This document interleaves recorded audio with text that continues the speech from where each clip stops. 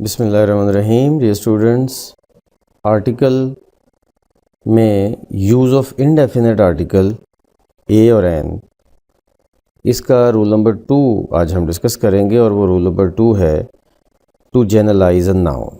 किसी भी नाउन को जनरलाइज करना हो तो उसके लिए हम इनडेफिनेट आर्टिकल यूज़ करते हैं, ए या एन।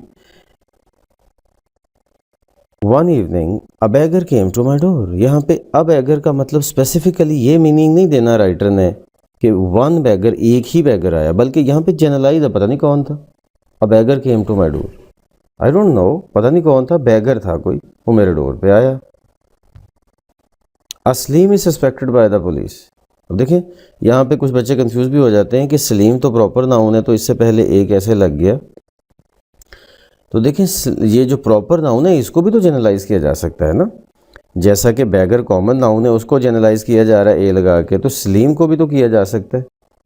अब बैगर जनरलाइज हो गया कोई भी बैगर, असलीम जनरलाइज हो गया कोई भी सलीम, कोई भी सलीम हो सकता है।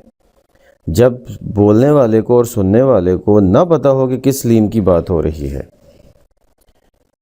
तो फिर वो प्रॉपर नाउन को जनरलाइज किया जा सकता है। मतलब जब हम असलीम is suspected by the police कहेंगे तो इसका मतलब है कि मैं बोल रहा हूँ, मुझे भी नहीं पता किस सलीम की बात हो रही है, जिसको मैं बता रहा हूँ उसको भी नहीं पता कि किस सलीम की बात हो रही है। असलीम कोई भी सलीम है, ठीक है। अच्छा, अब यहाँ पे अगर हम ए को हटा दें ना, सिर्फ सलीम कह दें, Salim is suspected by the police, तो इसका मतलब ये है कि मुझे पता है किस सलीम की बात हो रही है और सुनने वाले को भी पता है कि किस सलीम की, वो स्पेसिफिक हो गया ना फिर। तो जनरलाइज करने के लिए ये ए आएगा।